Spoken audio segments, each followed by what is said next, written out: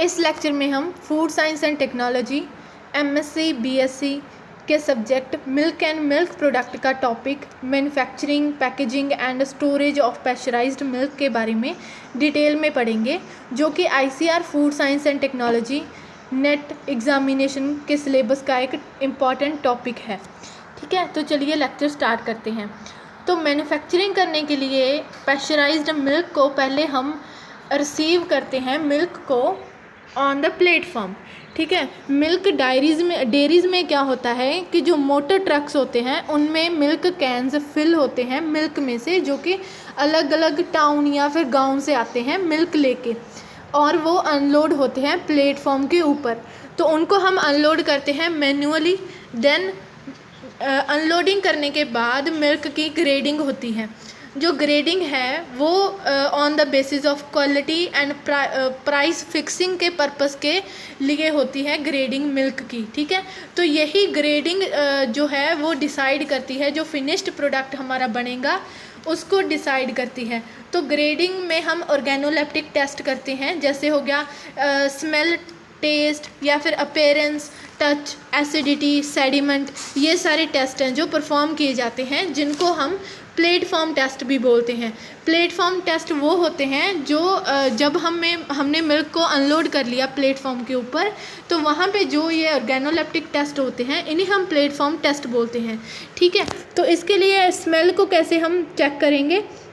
Lid हटा देंगे, जो मिल्क कैन की जो लिड होगी उसको हटा के प्लंजर की हेल्प से मिक्स करेंगे। उसके बाद हम स्मेल करेंगे। स्मेल करने के बाद हम उसको नोट करेंगे। फिर हम अपीयरेंस चेक करेंगे। हम देखेंगे कि फ्लोटिंग एक्सटर्नियस मैटर तो नहीं है कोई भी मिल्क में। ऑफ कलर को नोट करेंगे। चर्नड मिल्क को हम नोट करेंगे कि मिल्क चर्न तो नहीं हो गया।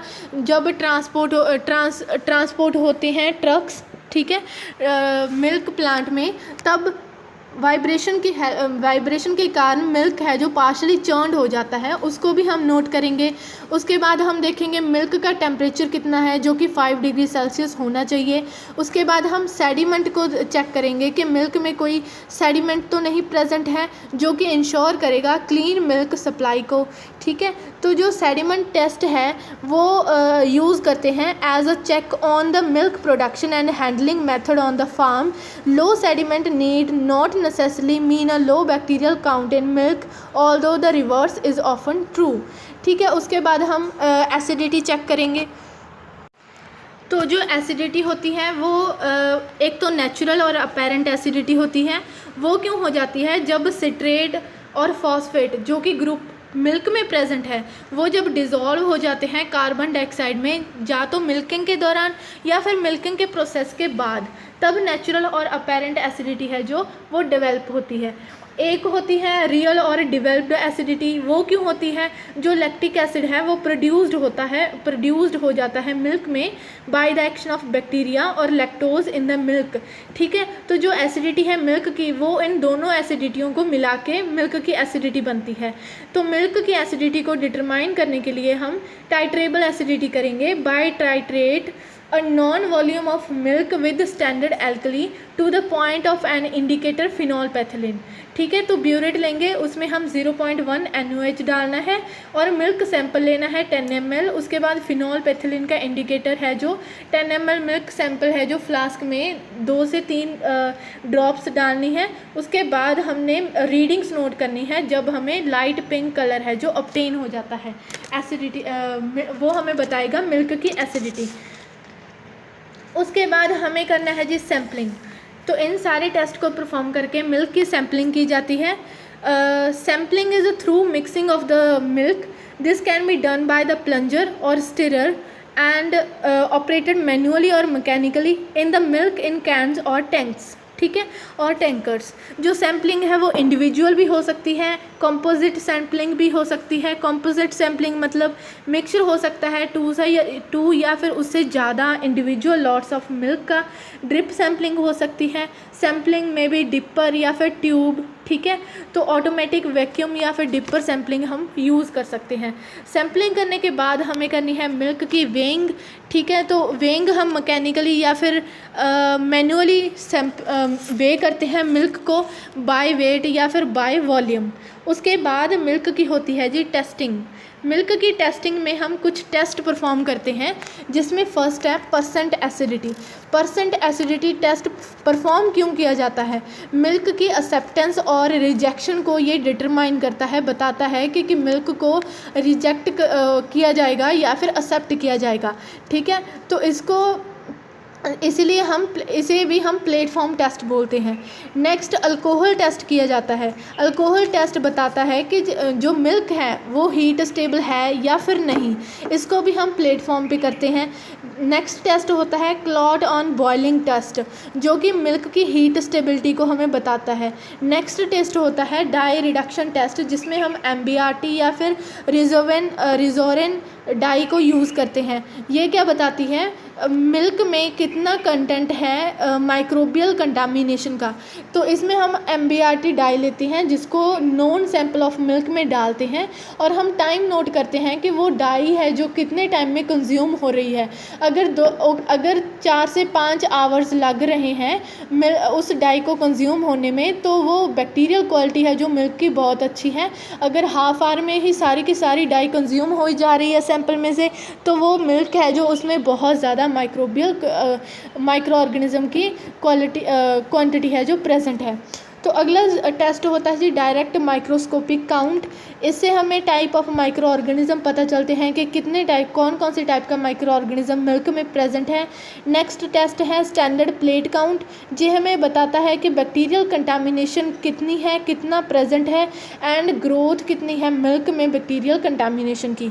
नेक्स्ट टेस्ट होता है लैक्टोमीटर रीडिंग्स। ये हमें बताती हैं कि अडल्ट्रेशन तो नहीं है मिल्क में वाटर से। कुछ लोग क्या करते हैं, मिल्क को वाटर से अडल्ट्रेट कर देते हैं, तो उसको डिटरमाइन करने के लिए हम लैक्टोमीटर टेस्ट करते हैं। नेक्स्ट होता है फैट और SNF टेस्ट। ठीक है, तो इसको क्यों किया जाता है? इसीलिए to make payment for milk जो हमें रिसीव हुआ है, उसकी पेमेंट डिसाइड करने के लिए हम फैट और SNF टेस्ट करते हैं। टेस्टिंग करने के बाद मिल्क को प्री हीट किया जाता है। मिल्क को हम प्री हीट करते हैं फिल्ट्रेशन या फिर क्लैरिफिकेशन करने से पहले। जो प्री हीट है वो असेंशियल होती है। तो उससे क्या होता है, अगर मिल्क कोल्ड हो जाता है तो प्री हीट असेंशियल होती है मिल्क को हैम्पर करने के लिए, नहीं तो वो मिल्क को हैम्पर करेगी। ठीक है, तो जो टेम्परेचर है, टेम्परेचर मिल्क का इंक्रीज़ करने के लिए हम प्री हीट करते हैं। जो प्री हीटिंग का टेम्परेचर होता है वो 35 से 40 डिग्री सेल्सियस होता है। एंड इसमें जो इक्विपमेंट हम यूज़ करते हैं वो प्लेट एंड ट्यूबुलर हीटर्स होते हैं।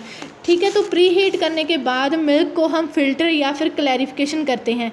To improve the aesthetic quality of milk by removing visible foreign matter which is unsightly and may thereof cause consumer complaints. तो जो फिल्ट्रेशन है वो रिमूव करती है सस्पेंडेड फॉरेन पार्टिकल्स को। हम स्ट्रेनिंग के साथ फिल्ट्रेशन करते हैं। जो क्लैरिफिकेशन है वो भी foreign particles and suspended particles को रिमूव करती है, बट वो हम सेंट्रीफ्यूगल सेडिमेंटेशन के साथ करते हैं जो क्लैरिफिकेशन है। उसके बाद हम कूलिंग एंड स्टोरेज करते हैं रॉ मटेरियल की, जो कि 5 डिग्री सेल्सियस पे होती है। उसके बाद उस मिल्क को स्टैंडर्डाइज़ किया जाता है। स्टैंडर्डाइज करने का क्या मतलब है कि मिल्क में एडजस्ट किया जाता है फैट और SNF लेवल को बाय रेजिंग या फिर लोअरिंग। ठीक है, तो उसमें डिज़ायर्ड लेवल है जो फैट एंड SNF का, उसको स्टैंडर्डाइज़ किया जाता है। उसके बाद मिल्क को पैस्चराइज़ किया जाता है। स्टैंडर्डाइजेशन करने के बाद पैस्चराइजेशन क्या होता है? पैस्चराइजेशन जो टर्म है वो लुईस पास्चर ने फ्रांस में कॉइन की थी। पैस्चराइजेशन मार्केट मिल्क में हम अप्लाई करते हैं, पैस्चराइज्ड मिल्क में भी अप्लाई की जाती है। ठीक है, तो जो पैस्चराइजेशन का टेम्परेचर है वो every particle of milk heat होता है। Every particle of milk 63 degree Celsius पे 30 मिनट्स के लिए और 72 डिग्री सेल्सियस पे 15 सेकंड्स के लिए मिल्क है जो प्रेशराइज होता है, हीट होता है, ठीक है। तो मिल्क के प्रेशराइज करने के दो मेथड्स होते हैं, HTST high temperature short time. इस मेथड में हम मिल्क को हीट करते हैं 72 डिग्री सेल्सियस पे 15 सेकेंड्स के लिए, एंड उसके बाद इमिडिएटली मिल्क को 5 डिग्री सेल्सियस पे कूल किया जाता है। सेकेंड मेथड है LTLT मेथड। इसमें हम low temperature long time method इसे बोलते हैं। इसमें मिल्क को हम हीट करते हैं 63 डिग्री सेल्सियस पे 30 मिनट्स के लिए, एंड उसके बाद इमिडिएटली मिल्क को 5 डिग्री सेल्सियस पे कूल किया जाता है। मिल्क को प्रेशराइज करने के बाद होमोजेनाइजेशन की जाती है। तो होमोजेनाइजेशन क्या क्या मतलब होता है, जो एवरी पार्टिकल है मिल्क का उसे फोर्स किया जाता है होमोजेनाइज़र से। तो उससे क्या होगा, जो फैट ग्लोब्यूल्स हैं मिल्क में वो इतने ज़्यादा सब डिवाइड हो जाते हैं कि उनका जो साइज़ है वो 2 माइक्रोमीटर में आ जाता है। तो 2 टाइप ऑफ होमोजेनाइज़र हम यूज़ करते हैं। सिंगल स्टेज होमोजेनाइज़र जो कि मिल्क एंड मिल्क प्रोडक्ट के लिए यूज़ किया जाता है। इसमें 6% ऑफ फैट रह जाती है, 6% ऑफ फैट हो जिस मिल्क में, एंड प्रेशर इसमें हम 2000 से 3000 PSI अप्लाई करते हैं। सेकंड होती है डबल स्टेज होमोजेनाइज़र।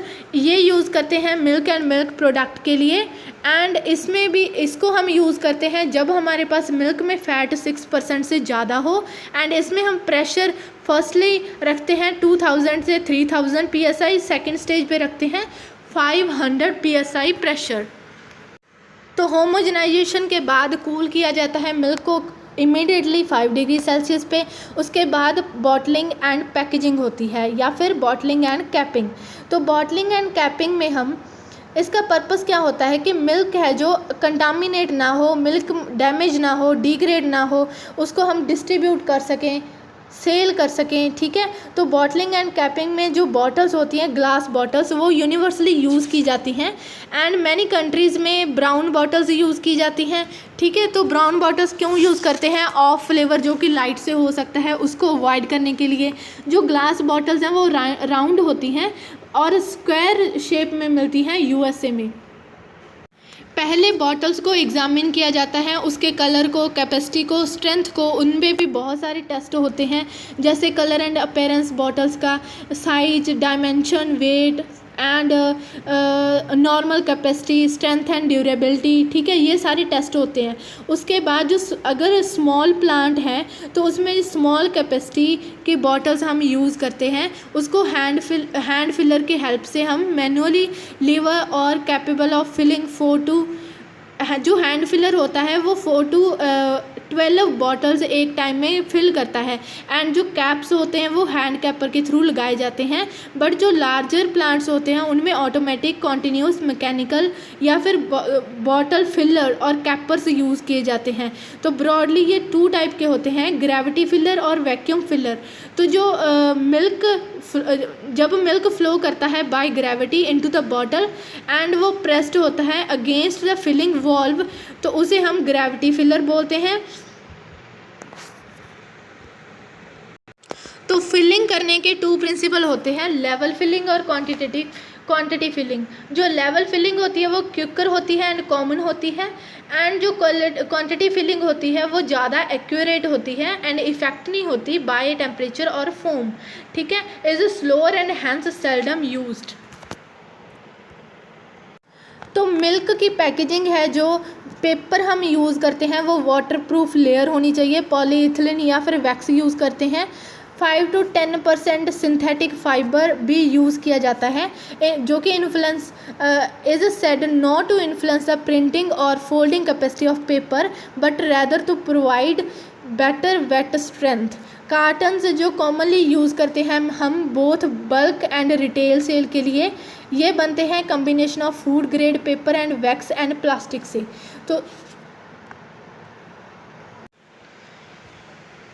तो इस लेक्चर में हमने पढ़ा प्रेशराइज्ड मिल्क को कैसे मैन्युफैक्चर किया जाता है, कैसे स्टोर किया जाता है, एंड कैसे हम उसको पैकेज करते हैं, या फिर कौन से ग्लास एंड बॉटल्स हम यूज़ करते हैं। आपको वीडियो कैसी लगी मुझे कमेंट करके ज़रूर बताइएगा। Thank you for watching, have a nice day.